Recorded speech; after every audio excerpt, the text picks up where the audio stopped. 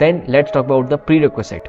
So before you start working with Node.js, there are a few prerequisites and fundamental concepts that you must be familiar with. Okay, so the first thing is obviously Node.js contains JavaScript, so you must know JavaScript. Okay, so Node.js is built on JavaScript, so a solid understanding of JavaScript is essential. Make sure you are comfortable with variables, data types, functions, and basic programming concepts of JavaScript. So we have already covered prerequisites in the previous modules. You can check out the basics which we have covered and some advanced concepts also. We have already covered these, but it's always recommended to give HTML, CSS, and JavaScript a proper amount of time before jumping into MERN stack. Okay, so please remember this if you are trying to learn Node.js or if you are trying to learn MERN stack, same thing. So in both cases you need to first of all master HTML, CSS, JavaScript. Okay, at least cover more than the intermediate level, then I can say you can jump to MERN stack easily. Okay, so knowledge of JavaScript is a must for Node.js. Then basic command line usage, so you must be familiar with your commands line interface like CLI. That is, in your Windows operating system you have PowerShell or CMD, or you might have worked with these on Git. Okay, if you have heard about Git also has a CLI, or you have worked on Linux, or you have worked on Mac OS terminal, whatever terminal, you must be familiar with some kind of CLI, so that would be better. Okay, so that you know some commands like what is the cd command, what is mkdir command, some basic Linux commands are actually used in the CLI, so you can actually learn about those, or you can watch my previous videos. I have created a basic video on Linux commands which you must know at least to work with these. Okay, then Node.js development often involves running commands to install packages, run scripts, and manage your project. So that's why you need to use CLI, has some knowledge of CLI. But if you don't have any knowledge of CLI, that's also fine, because with the learnings, like whenever you are learning Node.js, you would be using those commands. Okay, so at that time also you would understand what's the purpose of each command which you write in the terminal. Okay, so you don't need to worry about those, but JavaScript is important. Okay, the main thing about Node.js is JavaScript, very important. Now the third thing is text editor or IDE. Like we were using Visual Studio Code, so you need a code editor or integrated development environment to write your code in Node.js. Okay, so popular choice is always VS Code or Sublime Text or Atom. Okay, so we would be using Visual Studio Code, right? Then fourth thing is package manager. So Node.js uses npm to manage dependencies and libraries. So your npm package manager, that is Node package manager, must be installed in your computer. Then version control, so this is also optional. Version control simply means that you would be uploading your code on github. Okay, so you must have some knowledge of github. If you don't have any knowledge of github, then that's totally fine, but I have created a specific video before, so you can actually check out that video.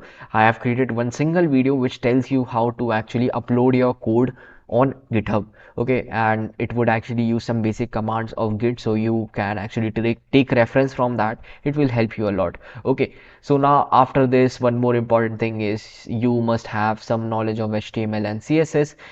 Previously we talked about JavaScript knowledge, but also if you have knowledge of HTML and CSS, that would be great, because in Node.js we have template engines like PUG or EJS, or you can also write your code in HTML, CSS in the backend part itself. So for that, if you have knowledge of HTML, CSS, that would be great.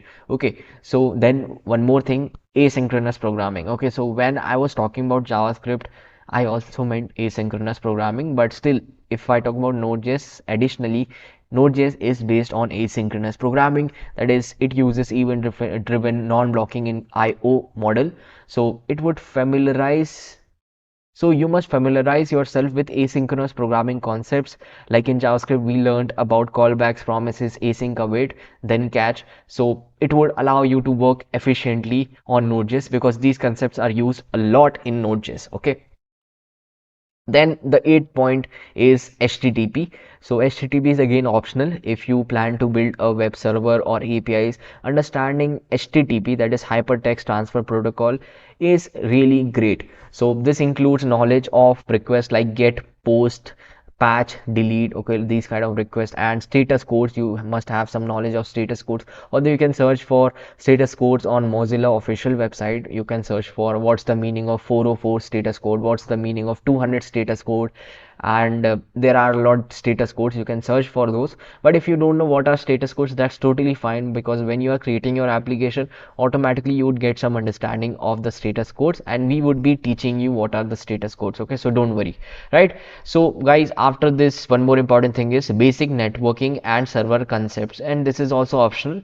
So for server side development, if you have a basic understanding of networking concepts and server architecture, like for example, you are sending some data from backend to front end. Okay, so first of all, if your internet is not working, so you have to check some network kind of stuff. Okay, so if you have some basic knowledge of networking, that would also be great.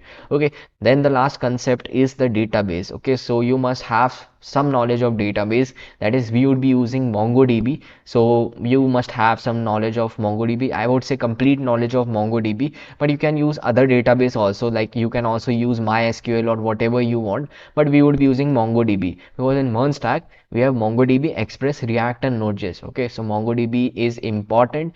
You must have knowledge of MongoDB before starting with Node.js.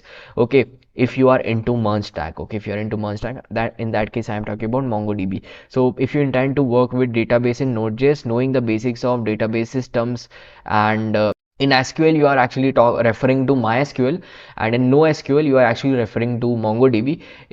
Any knowledge would be actually helpful. Okay, either you are using MySQL, either you are using MongoDB, you must have some knowledge of database. Okay, so that you are clear what you actually want to do with Node.js, because you'd be sending some data from front end to back end. Backend would save data in database, so you must know the basic commands to send data to database, right? So you must know how to use the database also. Okay, so that's why database knowledge is required. So once you have these prerequisites in place, then you can start working with Node.js. You will typically need to install Node.js on your computer, which is a straightforward process, and it would just take a few minutes from now. So you can just download Node.js and use it now. So after installation, you can begin creating Node.js application very easily and installing packages. So guys, now let's talk about installation of Node.js into our PC. Let's begin. So for that, I can simply search for Node.js. Okay, so this is the official website. You can visit here, and here you can see we have two versions, that is LTS and current. So LTS actually means long-term support, so it's always beneficial to go with LTS version. So if you want the latest feature, you can go with this latest version, but I would always recommend go with the LTS, because there isn't a major change between these two versions. Okay, so you can always go with LTS. LTS means that it would work for years. That means even if you don't update for the next few years, not just for the next few years, then that's totally fine. Okay, so in those cases also LTS is fine. Okay, so right now you can see that the setup is now downloaded. So first of all, the setup is downloaded, then we are going to install that setup. So guys, you can see that we have this, and automatically if you are using Mac OS, according to that you would have some separate method. Okay, we are just talking about Windows for now because I have a Windows machine. So you can see that we have welcome to Node.js setup wizard. If I click on next and I accept the license, next, and then you need to just choose the path, whatever path you want. If I click on next, and then you can just click on next and install. So this would actually install Node.js on your computer. Okay, so for other operating systems the method is different. I think for Mac OS you need to use it with the terminal. The installation is also done with the terminal, and same for Linux. Okay, so for Linux also you need to use the terminal CLI, but for Windows you can just download the setup from the website, and then it would be downloaded and then you can install it. Okay, so now Node.js is installed into our PC. Now we need to check Node.js. How we are going to check Node.js? So first of all guys, here you can see we have some docs. Okay, so first of all, if I go here, API docs, this is very important. Okay, this is very important. You can see that we have all the things available here. Okay, so if you ever feel confused about Node.js, you can actually refer this to learn about the documentation. That means not everything can be taught, and lot things are actually available here. That means everything is available here. We as educators are also taking reference from the documentation only. Okay, so at the end you have to read the documentation also and make it a habit, so that you don't need anyone if you have a lot doubts. Okay, so that's why documentation is very important. So you can just take an overview later on once you learn Node.js. After that you can take an overview of these documentation things so that you can learn more. Okay, so you can actually right now go here and you can see first of all there is the about, then I want to actually know about something else actually, usage and example.